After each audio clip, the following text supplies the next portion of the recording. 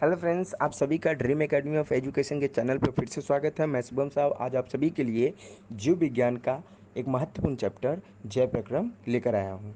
जय प्रक्रम जीवों के शरीर में होने वाले प्रक्रम्स।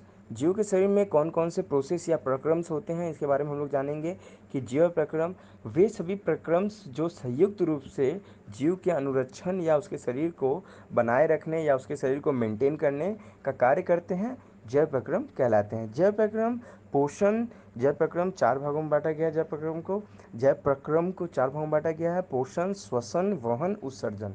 पोषण, ध्यान से सुनिएगा, पोषण, श्वसन, वहन, उत्सर्जन। ठीक है, अब हम लोग ध्यान देते हैं कि पहला भाग क्या, पोषण। पोषण पे हम लोग अभी ध्यान देके पढ़ेंगे। अभी क्या होगा, हमारा सारा ध्यान पोषण पे होगा।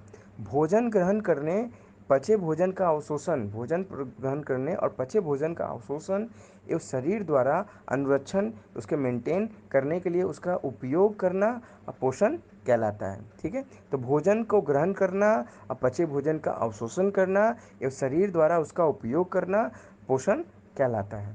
पोषण के आधार पर सजीवों जीवों को दो समूहों में बांटा गया है। जीवों को कितने समूहों में बांटा गया है? दो समूहों में बांटा गया है। ध्यान दीजिएगा, कितने समूहों में बांटा गया है? दो समूहों में बांटा गया है।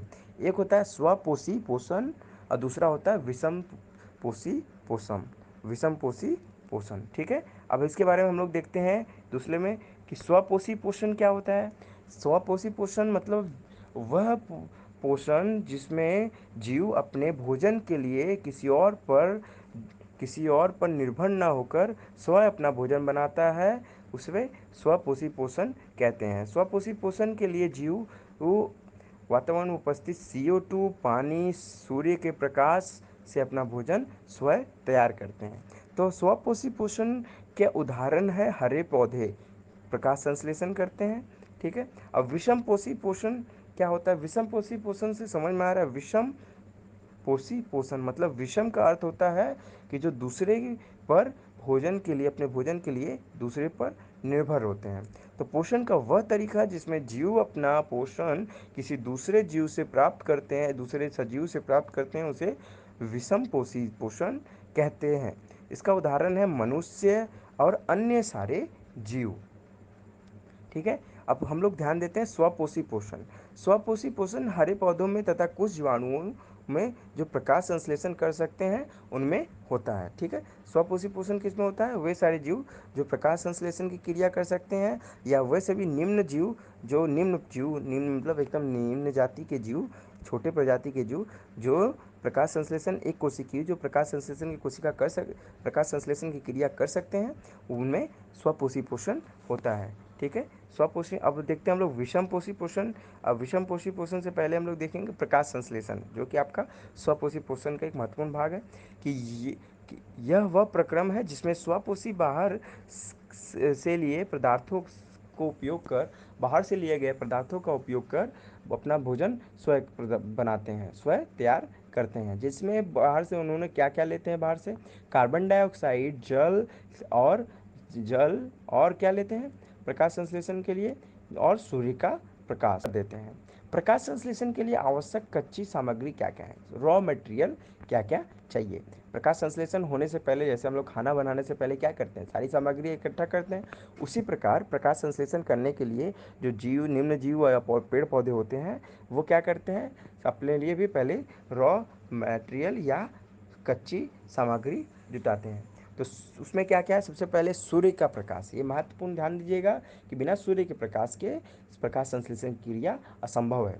क्लोरोफिल से आपको समझ में आ रहा है, क्लोरोफिल जो पौधे के पत्तों में पाया जाता है वह। ठीक है, तीसरा क्या है? कार्बन डाइऑक्साइड, जो हमारे वातावरण से पेड़ पौधे अपने एब्जॉर्ब करते हैं, लेते हैं। और चौथा देखिएगा, जल क्या होता है? जल कहाँ से पाते हैं? वो जल हमारी भूमि जमीन से अपनी जड़ों के माध्यम से पेड़ पौधे जल अवशोषित करते हैं। ठीक है, अब उसके बाद देखेंगे प्रकाश संश्लेषण के दौरान निम्नलिखित घटनाएं होती हैं। कौन कौन सी घटनाएं घटती हैं प्रकाश संश्लेषण के समय? क्लोरोफिल द्वारा प्रकाश ऊर्जा का अवशोषण करना। तो क्लोरोफिल क्या करता है? सबसे पहले प्रकाश ऊर्जा को अवशोषित करता है। प्रकाश ऊर्जा जो होता है उसको अवशोषित करता है। ठीक है, बिना क्लोरोफिल का कार्य, हमेशा ध्यान दीजिएगा कि क्लोरोफिल का कार्य है कि सूर्य के प्रकाश को अवशोषित करना। ठीक है। अब दूसरे सेकंड बिंदु देखते हैं, प्रकाश ऊर्जा को रासायनिक ऊर्जा में। सेकंड बिंदु क्या है, प्रकाश ऊर्जा को रासायनिक ऊर्जा में रूपांतरित करना तथा जल के अणुओं को हाइड्रोजन और ऑक्सीजन में अपघटन या रिडक्शन करना। ठीक है। अब तीसरा क्या है, कार्बन डाइऑक्साइड और कार्बोहाइड्रेट में अपचयन करना। ठीक है। इसके बाद देखेंगे रद्र या स्टोमेटा। स्टोमेटा या रद्र क्या होता है। ठीक है। पत्ती की सतह पर कुछ सूक्ष्म छिद्र पाए जाते हैं जिन्हें रद्र या स्टोमेटा कहा जाता है। इन छिद्रों के कुछ प्रमुख कार्य होते हैं। एक नंबर इसका प्रथम कार्य क्या है, प्रकाश संश्लेषण के लिए गैसों का अधिकांश से आदान अधिकांश भाग आदान प्रदान करने का कार्य इसी छिद्र द्वारा होता है। दूसरा बिंदु क्या है, वाष्पोत्सर्जन की क्रिया। जब पेड़ पौधों में वाष्पोत्सर्जन की क्रिया आपने पढ़ा होगा पिछली भागों में कि इस प्रकार इसमें क्या होता है वाष्पोत्सर्जन में, कि पेड़ पौधे अत्यधिक मात्रा में जल अपने पत्तों द्वारा एक हमारे वातावरण में छोड़ देते हैं, जिस क्रिया को क्या कहा जाता है, वाष्पोत्सर्जन। जिन जल का उपयोग पेड़ पौधे नहीं करते हैं उसे अपने वातावरण में स्टोमेटा के द्वारा छोड़ देते हैं। ठीक है। तो जल वाष्प के रूप में वो पौधे से बाहर निकाल देते हैं। चित्र में आप देख पा रहे हैं कि सहायक कोशिका, अधिचर्म कोशिका, द्वार द्वार कोशिका, रद्र छिद्र। ठीक है। तो रद्र छिद्र कहाँ पे होता है, पत्तों में एक चित्र दिया गया है यहाँ पे। ठीक है। चित्र से आपको पता चल रहा है कि सूक्ष्म छिद्र श्वसन गैसों के विनय और वाष्पोत्सर्जन के लिए खुलते बंद होते रहते हैं ये छिद्र। ठीक है। अब हम लोग विषम पोषी पोषण के बारे में पढ़ेंगे। विषम पोषी पोषण जिसे हेट्रोट्रॉफिक न्यूट्रिशन कहते हैं। ठीक है। विषम पोषी पोषण 3 प्रकार का होता है, प्राणी संपोषण, होलोजोइक मित्रजीवी पोषण, सेप्रोफाइटिक एंड परजीवी पोषण, पैरासाइटिक। अब प्राणी संपोषण हेलोजोइक क्या होता है, इसमें जीव संपूर्ण भोज्य पदार्थ को अंतः ग्रहण करते हैं तथा उनका पाचन शरीर के अंदर होता है। इस तरह का पोषण क्या होता है कि शरीर के अंदर होता है। उदाहरण के लिए यह पोषण किस में होता है, अमीबा और मानव में होता है। ठीक है। दूसरा नंबर क्या है, मृतजीवी पोषण या सेप्रोफाइटिक। मृत्यजीवी पोषण से क्या समझ में आ रहा है कि मृत्यजीवी अपना भोजन मृत्य जीवों के शरीर व सड़े गले कार्बनिक पदार्थों से प्राप्त करते हैं, सड़े गले कार्बनिक पदार्थों से प्राप्त करते हैं। उदाहरण के लिए आप दे सकते हैं फफूंदी और कवक। तीसरा नंबर क्या हमारा, परजीवी पोषण, जिसे हम लोग बहुत ही नामागामा नाम है जानते हैं आप लोग, पैरासाइटिक पोषण। पैरासाइटिक परजीवी अन्य जीवों के शरीर के अंदर या बाहर रहकर उनको बिना मारे उनसे अपना पोषण प्राप्त करता है। ठीक है। इस तरह का पोषण में क्या होता है कि अन्य अन्य जीवों के शरीर में रहकर इस तरह का परजीवी क्या होता है कि अन्य जीवों के शरीर में रहकर उनको हानि पहुंचाए बिना उनके शरीर के अंदर से रहकर अपना पोषण या अंदर बाहर रहकर अपना पोषण प्राप्त करता है। उदाहरण के लिए आप देख सकते हैं कि अमरबेल व जू फीता कृमि। ठीक है। इसके बाद हमारा क्या आता है, अमीबा में पोषण। अमीबा में पोषण किस तरह से होता है, देखिए अमीबा क्या है कि एक कोशिकीय प्राणी है, सिंगल सेलुलर ऑर्गेनिज्म। ठीक है। इसमें अकोषण की क्रिया करने के लिए कुछ अंग इसके बाहरी इसके आकार में कुछ उंगली की तरह दिखने वाले कुछ के आकार के पदार्थ या कूटपाथ बाहर की तरफ निकले होते हैं, जिन्हें पदार्थ या कूटपाथ कहते हैं, या इसको एक और नाम से जाना जाता है सूडोपोडिया। ठीक है। तो इस क्या होता है, ये जब भोजन के संपर्क में आता है या भोजन के अपने पदार्थ संपर्क में आता है तो भोजन को अपने पदार्थ की सहायता से घेर लेता है। और खाद्य रिक्तिका मतलब उसके बीच में जो जो उसके पदार्थ या कूटपाद या सूडोपोडिया के बीच में जो गैप बना हुआ है, जैसा कि आप लोग सेकंड नंबर चित्र में देख पा रहे हैं कि ये गैप के बीच में अगर भोजन आता है तो खाद्य रिक्तिका में पहुँच कर जटीय पदार्थ का विघटन सरल पदार्थों में किया जाता है। अब बचा हुआ अपच कोशिका को सतह की ओर गति करता है। जो बचा हुआ भोजन जो अपच खान भोजन होता है वो कोशिका की सतह की ओर गति करता है। यह पदार्थ शरीर से बाहर निष्कासित ये पदार्थ उसके बाद क्या किया जाता है कि ये पदार्थ को शरीर से बाहर निष्कासित कर दिया जाता है। ठीक है। अब कुछ एक और प्राणी है, एक और प्राणी के बारे में हम लोग पढ़ेंगे, जीव के बारे में पढ़ेंगे, पैरामीशियम। पैरामीशियम में पोषण। पैरामीशियम में पोषण क्या होता है, पैरामीशियम में भी पदार्थ या उसकी तरह से एक पदार्थ या कूटपाद पाए जाते हैं। कोशिका की पूरी तरह से ये ढके होते हैं, और ये कोशिका से क्या होता है, पूरी तरह से ढके होते हैं। की कोशिका की पूरा सतह को ढका होता है। ठीक है। भोजन एक विशिष्ट स्थान से ही ग्रहण किया जाता है। इसमें क्या होता है, भोजन एक विशिष्ट स्थान से ग्रहण किया जाता है। ठीक है। इसके बाद क्या आता है, अब हम लोग पढ़ेंगे मनुष्य में पोषण। तो मनुष्य में पोषण की जो क्रिया होती है वो 5 चरणों में होती है। एक होता है अंतःग्रहण, फिर पाचन, फिर अवशोषण, स्वांगीकरण, बहिक्षेपण। ठीक है। जो इसमें आहार नली का मुख्य भूमिका होती है। तो आहार नली क्या है, आहार नाल मूल रूप से मुंह से गुदा मुंह से गुदा एक विस्तारित बहुत ही लंबी नली है। ठीक है। मुंह, दांत, जिह्वा और लार ग्रंथि। ठीक है। मुंह से दांत, उसके बाद क्या होता है, भोजन, हमारा जो भोजन हम करते हैं, मुंह से दांत उसको छोटे छोटे टुकड़ों में तोड़ता है। फिर जिह्वा से हमारी क्या करती है, लार ग्रंथि से निकलने लार को जिह्वा मिलाती है। फिर लार ग्रंथि से लार निकल कर जिह्वा उस भोजन को गीला करती है। ठीक है। तो मुंह का काम क्या है, भोजन का अंतः ग्रहण करना। दांत का काम क्या है, भोजन को छोटे छोटे टुकड़ों में तोड़ना, उसको चबाना, उसको नरम करना। जिह्वा का काम क्या है, लार को भोजन में मिलाना और उसे नरम या गीला करना। और लार ग्रंथि से निकलता है लार, जो भोजन को गीला करता है। इसमें स्टार्च, लार, एमिलेज, इंजाइम्स, माल्टोज, शकरा, ये सारी चीज़ें लार में होती हैं। ठीक है। तो भोजन ग्रसिका अब होती है, सेकंड नंबर क्या है, भोजन ग्रसिका। भोजन ग्रसिका भी एक हमारा आहार नाल का एक भाग है। आहार नाल का भाग है। अभी हम लोग आहार नाल के भागों के बारे में पढ़ रहे हैं कि आहार नाल किन किन भागों में बटा हुआ है। ठीक है। इसके बाद आया भोजन ग्रसिका। तो भोजन ग्रसिका मुंह से अमाशय तक भोजन ग्रसिका को क्रमाकुंचन गति द्वारा ले जाया जाता है। ठीक है। क्रमाकुंचन माने घसका कर, उसको धीरे धीरे घसका कर वो क्रमाकुंचन गति द्वारा ले जाया जाता है। ग्रसिका की मांसपेशियों का संकुचन और सिंगलिंग के द्वारा, मतलब उसमें संकुचन होता है, घसकता है, धीरे धीरे भोजन नीचे की ओर जाता है। ठीक है। इसके बाद जो हम लोग देख रहे हैं अमाशय। ठीक है। अमाशय जो होता है, जठर ग्रंथियाँ होती हैं अमाशय में। जठर ग्रंथियाँ में पेप्सिन, हाइड्रोक्लोरिकम और स्लेस्मा होता है। तो पेप्सिन का कार्य क्या होता है, पेप्सिन क्या करता है, पाचक एंजाइम्स होते हैं पेप्सिन में, जो प्रोटीन को पाचन में सहायक होते हैं। हाइड्रोक्लोरिक अम्ल क्या होता है, अब हाइड्रोक्लोरिक अम्ल हमारे जठर ग्रंथि अग्नाशय में हाइड्रोक्लोरिक अम्ल HCl अम्ल तैयार होता है, जो कि पेप्सिन की क्रिया में सहायता होता है, जो कि पेप्सिन की क्रिया में, प्रोटीन के पाचन की क्रिया में सहायता होता है, भोजन के पचाने की क्रिया में भी सहायता होता है। फिर होता है श्लेष्मा, यह अमाशय के आंतरिक स्तर की अम्ल से रक्षा करता है। ठीक है। अमाशय को आंतरिक स्तर की अम्ल से रक्षा करता है। ठीक। इसके बाद क्या है, इसके बाद है आपका क्षुद्रांत्र। क्षुद्रांत्र या छोटी आंत, जिसे हम लोग छोटी आंत के नाम से भी जानते हैं। ठीक है। छोटी आंत में क्या होता है कि छोटी आंत में कुछ क्रियाएं होती हैं, जैसे कार्बोहाइड्रेट को ग्लूकोज में बदला जाता है, वसा को वसा अम्ल और ग्लिसरॉल में बदला जाता है, प्रोटीन को अमीनो एसिड में बदला जाता है।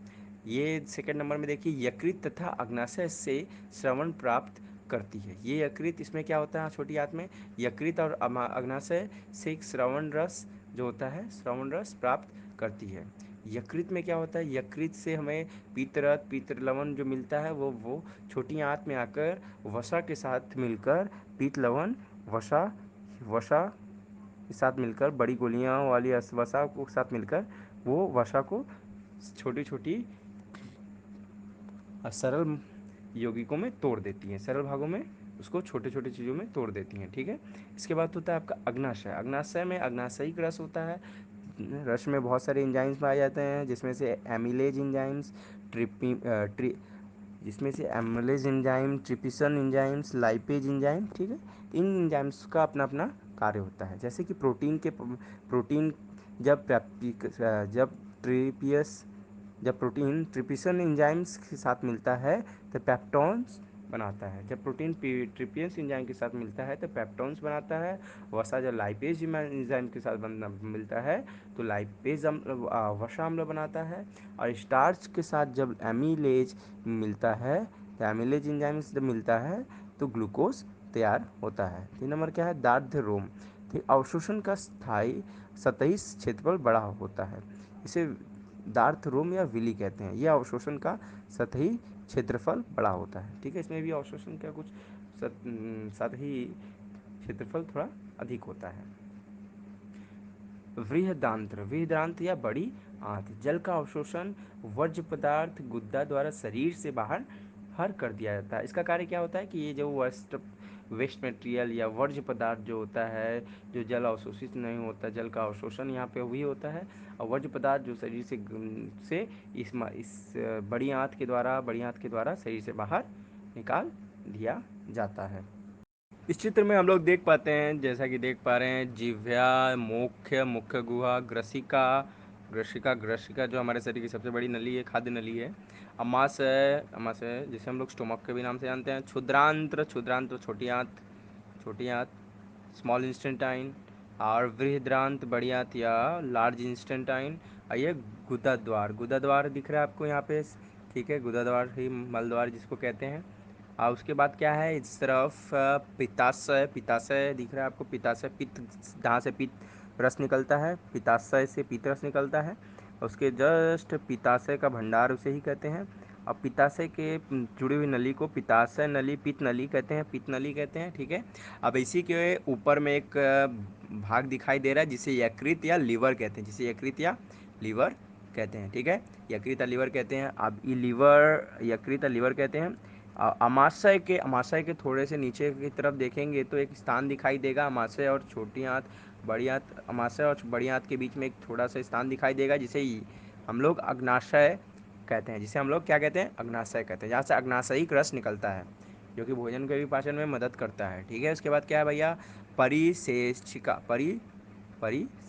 परिशेषिका जिसे हम लोग एक तरह से एक और नाम से भी जानते हैं, अपेंडिक्स जिसे कहते हैं। ये इसी भाग में होता है जो लार्ज इंस्टेंटाइन वृहद्रांत बड़ी आंत का एक अंतिम छोड़ होता है। ठीक है, तो सबसे पहले क्या होता है, भोजन हमारे ये मुंह में, मुख्य गुहा में होता है, जहाँ जीभ क्या करती है, भोजन को लार के द्वारा आपस में मिलाती है और उसे गीला करती है। गीला करने के बाद क्या होता है कि वह भोजन ग्रसिका के द्वारा धीरे धीरे घसक कर आमाशय तक पहुंचता है। आमाशय में क्या होता है कि भोजन 2.5 से 3 घंटे तक रहता है। आमाशय में, स्टोमक में भोजन 2.5 से 3 घंटे तक रहता है, जहाँ पर पित्ताशय से पित्तरस, यकृत से कुछ पाचन रस, पित्ताशय से पाचन रस निकलकर उस भोजन को पचाने का कार्य करते हैं। यहाँ पर भोजन का कुछ भाग पचता है और कुछ भाग नहीं पचता है, और जो भाग नहीं पचता है फिर वह छोटी आंत की ओर बढ़ता है। छोटी आंत में जाने के बाद वहाँ भी अवशोषण और पचाने का कार्य चलता रहता है।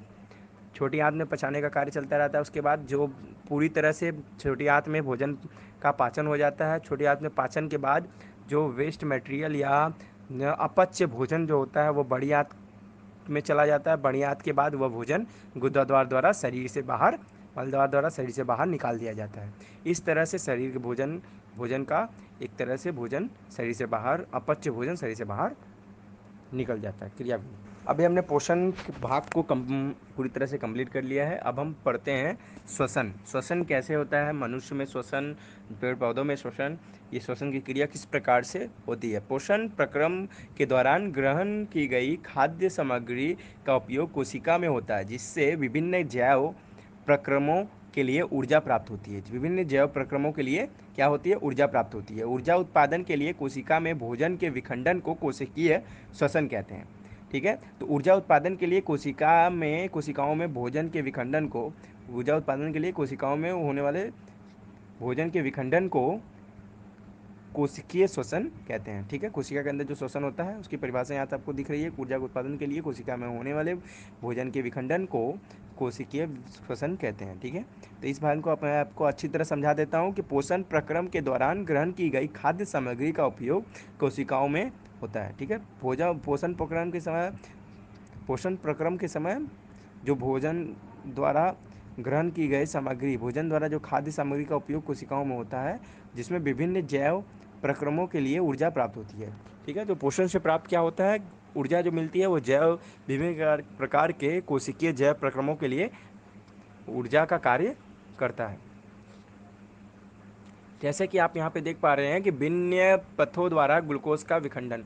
तो सबसे पहले ग्लूकोज C6H12O6, जो C6H12O6 है ग्लूकोज का सूत्र है। कोशिकीय द्रव में मिलने के बाद ये परुवेट प्लस ऊर्जा, ऊर्जा के साथ ये परुवेट प्लस ऊर्जा के साथ मिलकर ये ऑक्सीजन की उपस्थिति में पहली बार कार्बन डाइऑक्साइड प्लस जल प्लस ऊर्जा उत्पन्न करता है। फिर परवेट के फिर ऑक्सीजन की अभाव में ये लैक्टिक अम्ल प्लस ऊर्जा उत्पन्न करता है। और ऑक्सीजन की अनुपस्थिति में, अभाव मतलब कम होने पर, ठीक है, अनुपस्थिति मतलब एकदम नहीं होने पर क्या होता है, इसे ethanol plus carbon dioxide plus ऊर्जा जैसे ईस्ट किण्वक उत्पन्न होते हैं।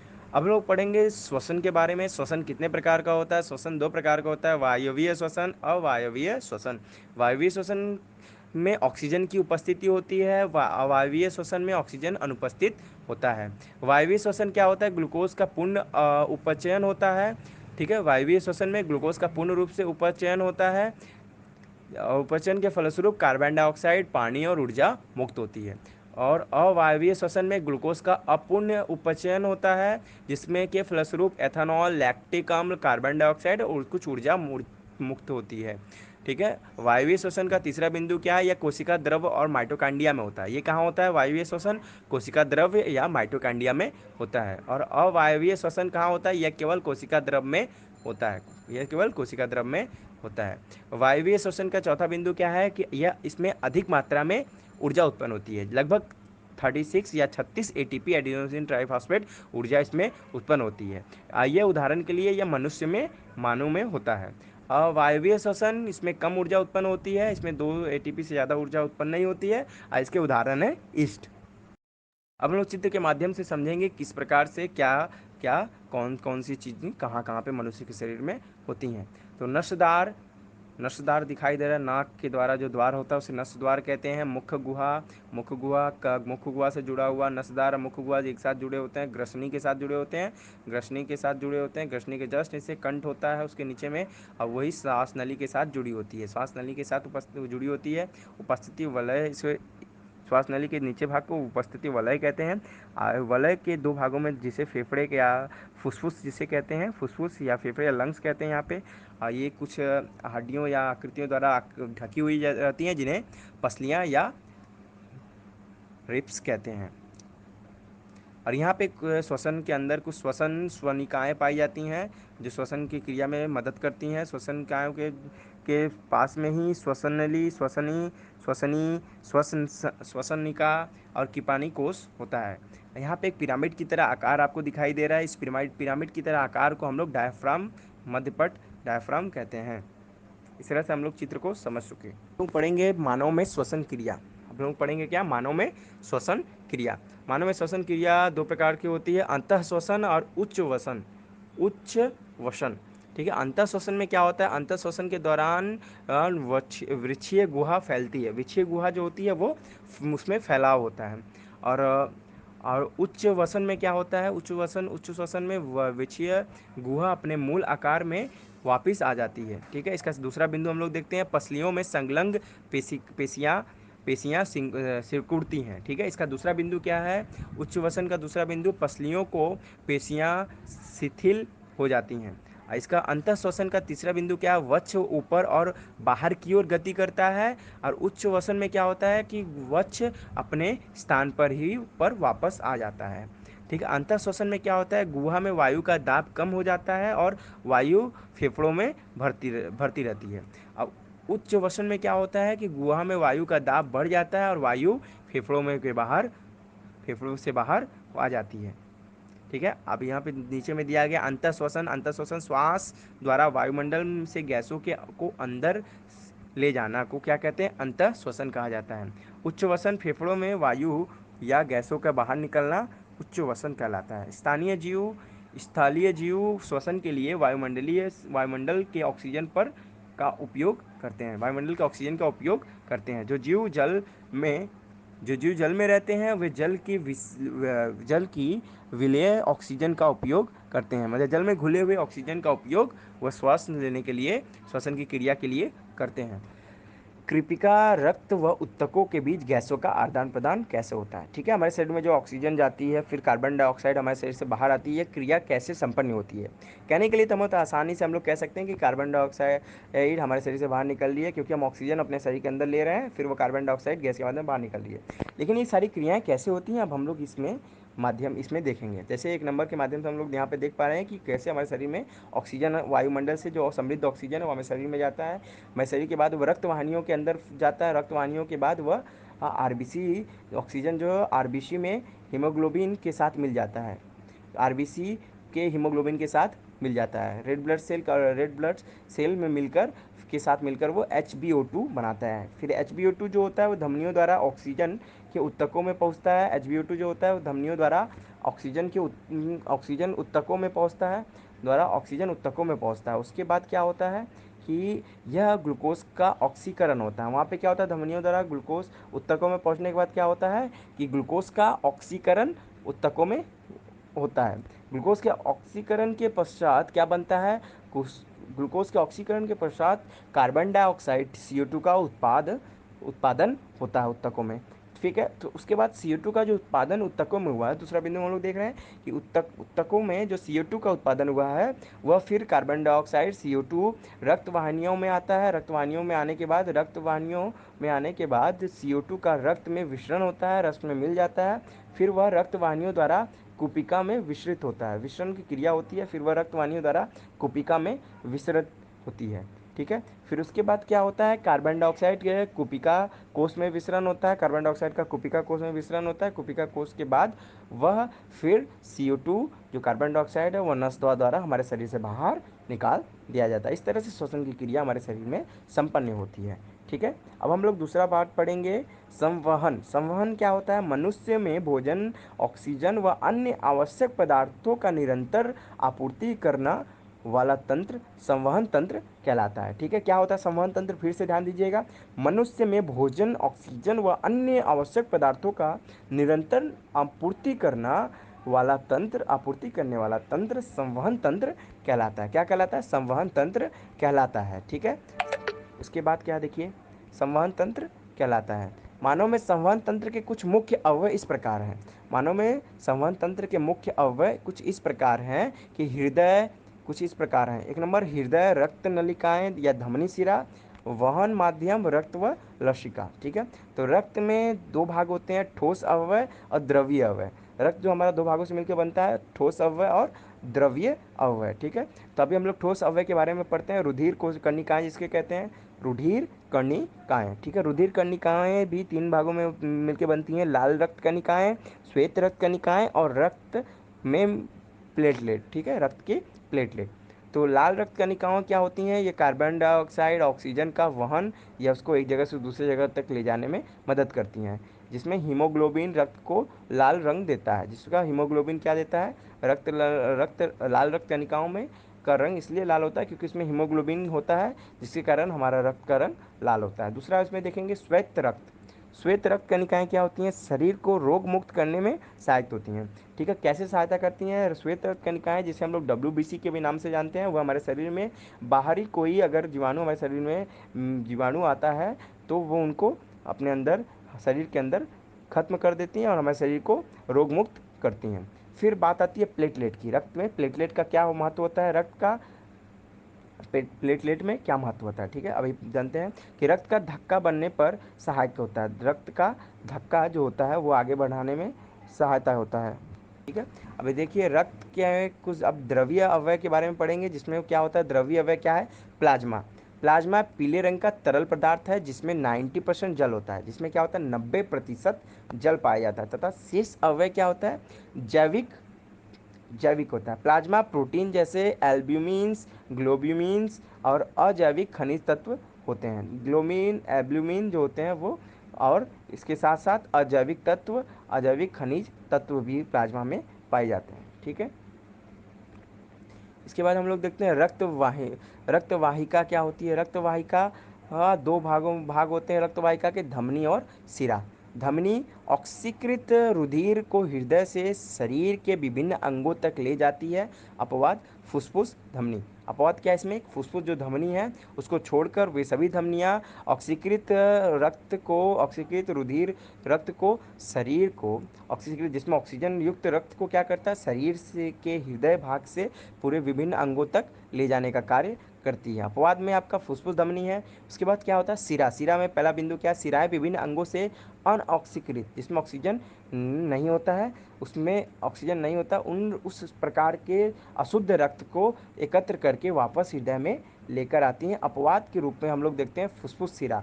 फुफ्फुस सिरा एक अपवाद है, ठीक है, जिसमें ऐसी क्रिया नहीं होती है। अब दूसरा बिंदु धमनी का हम लोग देखते हैं कि धमनी की भित्ति मोटी व अधिक लचीली होती है, ठीक है।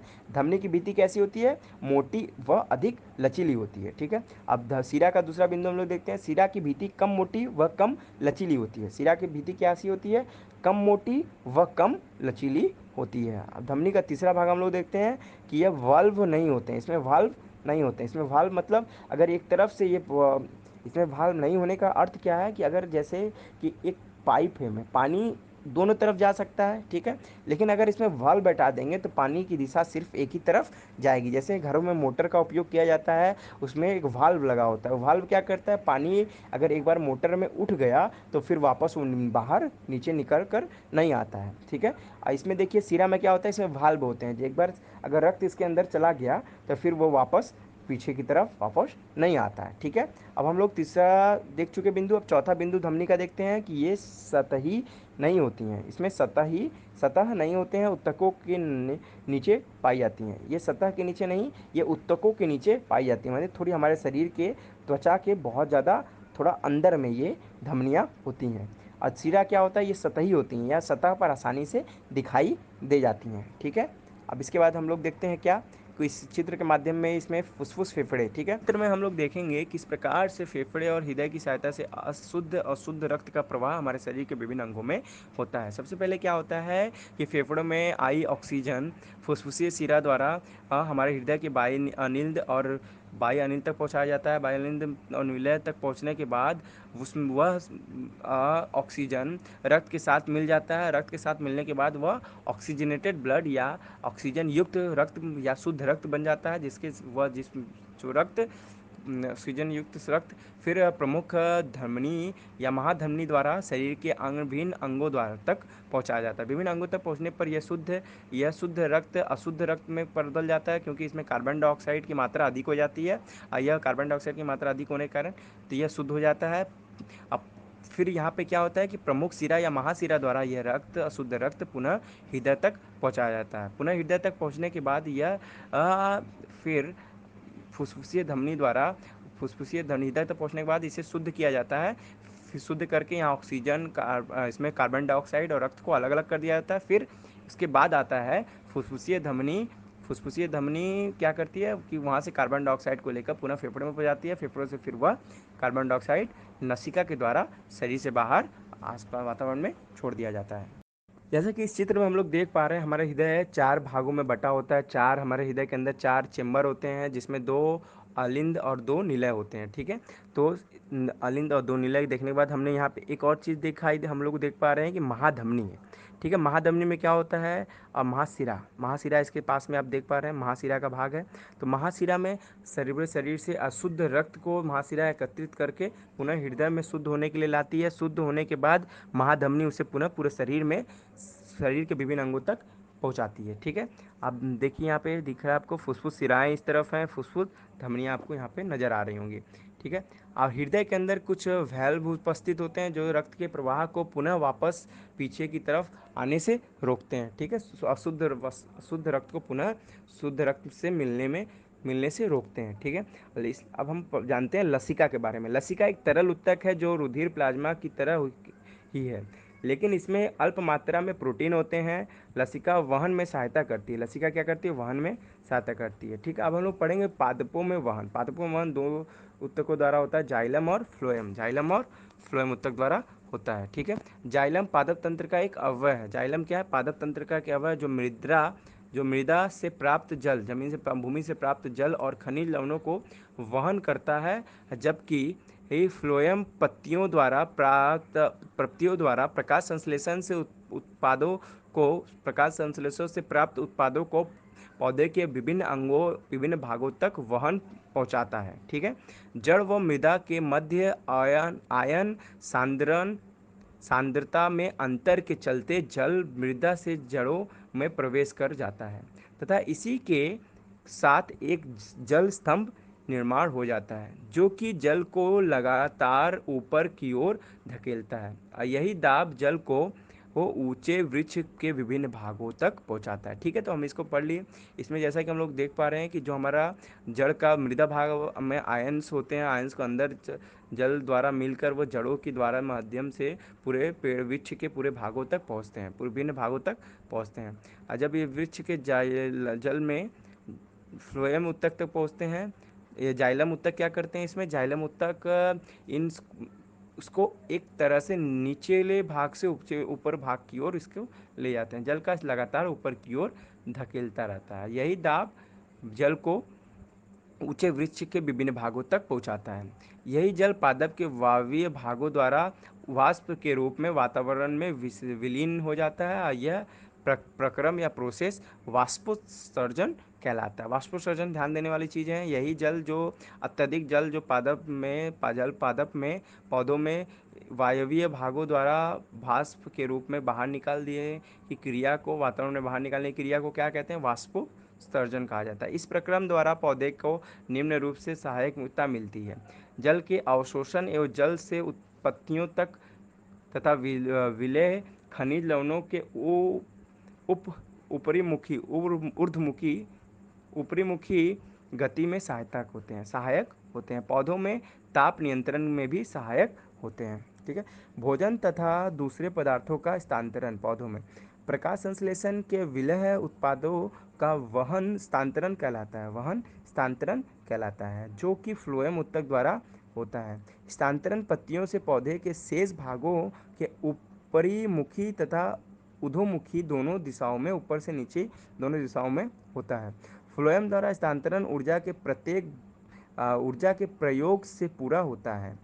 अतः सुक्रोज फ्लोएम उत्तकों में एटीपी ऊर्जा से पराशरण बल द्वारा स्थानांतरित होता है। अब अंतिम में हम लोग पढ़ेंगे मानव में उत्सर्जन। ये अंतिम भाग है। वह जैव प्रक्रम जिसमें जीवों में उपापचय मेटाबॉलिज्म क्रियाओं के फलस्वरूप हानिकारक नाइट्रोजन युक्त पदार्थों का निष्कासन होता है, उसे उत्सर्जन कहते हैं। मतलब शरीर में उपापचय की क्रिया के फलस्वरूप हानिकारक नाइट्रोजन युक्त पदार्थों को शरीर से बाहर निकालने की क्रिया को उत्सर्जन कहा जाता है। ठीक है। एक कोशिकीय जीव उत्सर्जन अपने शरीर के सतह के माध्यम से उत्सर्जन कार्य करते हैं, जल में विसरित कर देते हैं। ठीक है। अपने शरीर की सतह के माध्यम से एक कोशिकीय जीव उत्सर्जन कार्य करते हैं। मानव में उत्सर्जन के लिए कुछ अंग पाए जाते हैं। उन अंगों के नाम कुछ इस प्रकार हैं।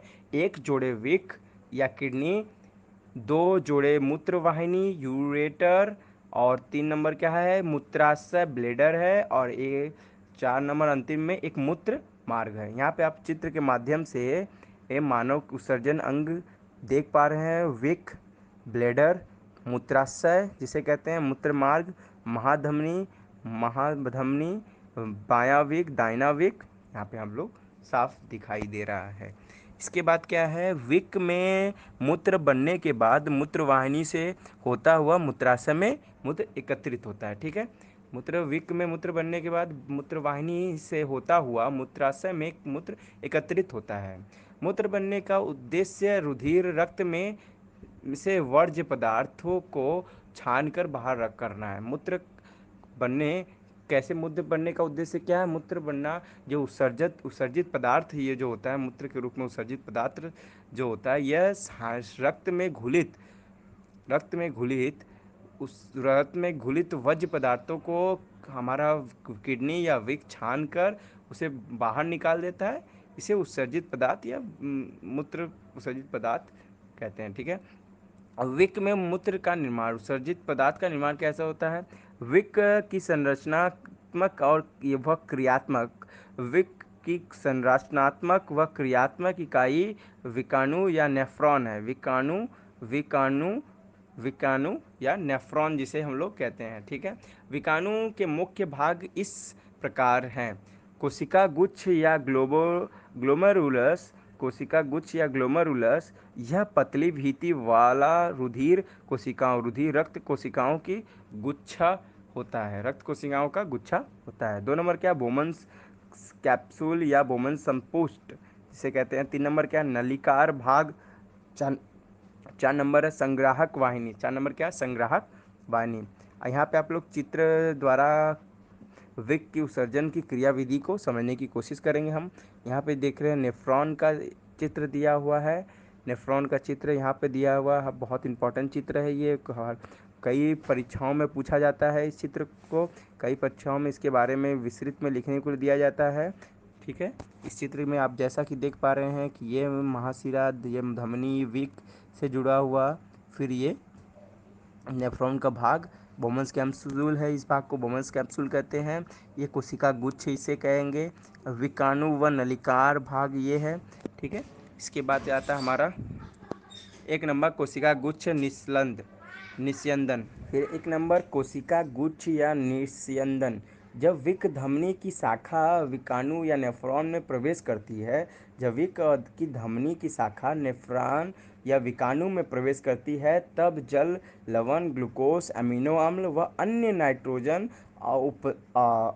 नाइट्रोजन अपशिष्ट पदार्थ कोशिका गुच्छ में से छनकर बोमन्स कैप्सूल में आ जाते हैं। ठीक है, कोशिका गुच्छ क्या एक छन्नी की तरह कार्य करता है। छन्ने के बाद वो किस में चले जाते हैं, छन्ने के बाद वो बोमन्स के संपुष्ट भाग में एकत्रित होते हैं। ठीक है, 2 नंबर क्या है, वर्णात्मक पुण्य अवशोषण। वर्णात्मक पुण्य अवशोषण विकाणु या नेफ्रॉन के नलिकार भाग में शरीर के लिए उपयोगी पदार्थ जैसे ग्लूकोज, अमीनो अम्ल, लवण व जल पुनः अवशोषण हो जाता है। ठीक है, यहाँ अवशोषण का कार्य होता है, वर्णात्मक पुनः अवशोषण का कार्य होता है इसमें।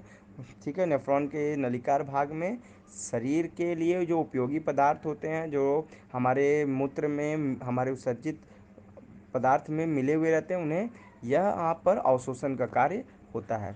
3 नंबर क्या है, नलिका स्रावन। यूरिया, अतिरिक्त जल व लवण जैसे उत्सर्जी पदार्थ विकाणु के नलिकार भाग के अंतिम सिरे में रह जाते हैं व मूत्र का निर्माण करते हैं।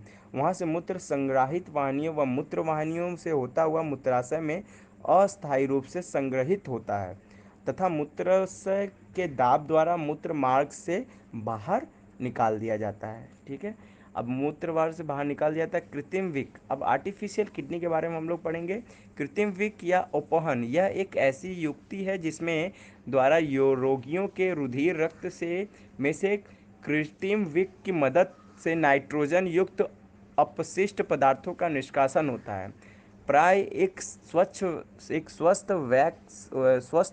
वयस्क में प्रतिदिन 180 लीटर और आरंभिक निस्यंदक विक में होता है, अंडत विक से बनता है। ठीक है, जिसमें से उत्सर्जित मूत्र का आयतन 1.2 लीटर है। शेष निस्यंदन विक नलिकाओं में पुनः अवशोषण हो जाता है। ठीक है, इसे पुनः हम लोग एक बार और ध्यान से देते हैं, पढ़ते हैं कि एक स्वस्थ वयस्क में प्रतिदिन 180 लीटर मूत्र का निर्माण होता है। ठीक है, जिसमें से उत्सर्जित मूत्र का आयतन 1.2 लीटर होता है। ठीक है, एक वयस्क व्यक्ति में प्रतिदिन 180 लीटर आरंभिक निस्यंदक विक में आता है, जिसमें से उत्सर्जित मूत्र 1.2 लीटर होता है। ठीक है, 180 लीटर में से 1.2 लीटर अवशोष आयतन वाला मूत्र एकत्रित होता है। शेष निस्यंद विक नलिकाओं में पुनः अवशोषण हो जाता है। जो बचा हुआ भाग होता है पुनः नलिकाओं में अवशोषण हो जाता है। अब पादप में उत्सर्जन कैसे होता है, पादप में उत्सर्जन वाष्पोत्सर्जन प्रक्रिया द्वारा पादप अतिरिक्त जल को शरीर से बाहर निकाल उत्सर्जन की क्रिया को संपन्न करते हैं। बहुत से पादप अपशिष्ट पदार्थ कोशिकाओं से रितिका में संचित रखते हैं। अन्य अपशिष्ट पदार्थ रेजिन्स या गोंद के रूप में पुराने जाइलम में संचित रहते हैं। जो गोंद आप देखते हैं, रेजिन्स का पेड़ आप देखे होंगे, उसमें से जो गोंद निकलता है वह एक उत्सर्जी पदार्थ है। पादप कुछ अपशिष्ट पदार्थों को अपने आसपास मृदा में उत्सर्जित करते हैं। मिट्टी में कुछ पदार्थ को उत्सर्जित कर देते हैं। ठीक है, पादप कुछ अपशिष्ट पदार्थों को मिट्टी में उत्सर्जित कर देते हैं। ठीक है, यहाँ पे हमारा यह भाग पूरी तरह से हम लोग को, आशा करते हैं आप सभी को समझ में आया होगा। ठीक है, तो बच्चों उम्मीद करते हैं कि आप सबको ये वीडियो पसंद आया होगा। हम आगे भी आप सबके लिए ऐसे एजुकेशनल वीडियो लाते रहेंगे। आप इस वीडियो को लाइक, शेयर और सब्सक्राइब करना ना भूलें।